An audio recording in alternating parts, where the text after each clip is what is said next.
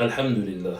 Chers frères et sœurs en islam, la question est la suivante, Oustaz. Puis-je savoir comment on fait le bain du janab, c'est-à-dire les grandes ablutions, après les règles ou après les rapports sexuels, s'il vous plaît? Avec plaisir. Il faut retenir qu'en islam, c'est une recommandation, une obligation pour tout musulman d'apprendre comment faire les grandes ablutions. Puisque les grandes ablutions est recommandée pour celui qui a eu des rapports sexuels avec son épouse. Les deux, après les rapports sexuels, doivent se doucher. C'est ainsi, si une femme termine ses règles ou bien les lochis menstrués, la femme doit se doucher aussi al-ghusl al-janaba après avoir terminé ses règles.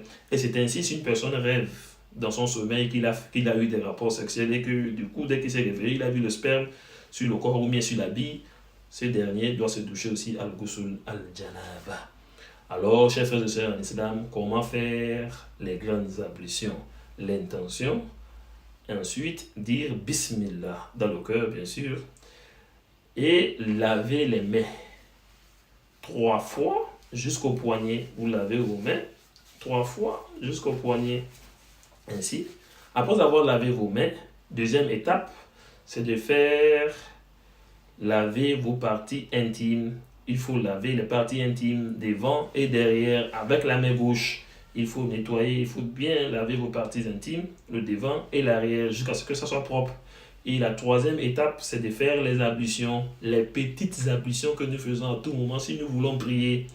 Voilà, laver les mains 3 fois, la bouche 3 fois, les narines, le visage, la main. Certains savants disent les pieds, il faut laisser à la fin du grand lavage de la ghusl janaba, vous lavez les pieds. Mais d'autres disent il n'y a pas de problème, vous pouvez laver dans l'immédiat les pieds. Après avoir fait les petites ablutions, en ce moment, il faut laver la tête en se frottant les cheveux. Vous mettez de l'eau dans les cheveux jusqu'à ce que l'eau atteigne la racine. Après avoir lavé la tête, maintenant, vous allez laver le corps en commençant par la partie droite. Vous versez de l'eau sur la partie droite, l'avant et l'arrière. Et ensuite, versez de l'eau de la partie gauche aussi. Lavez le corps de l'épaule jusqu'aux chevilles.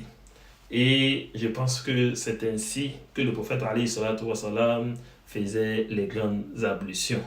Qu'Allah Azza wa Jal nous assiste et nous guide tous sur le droit chemin.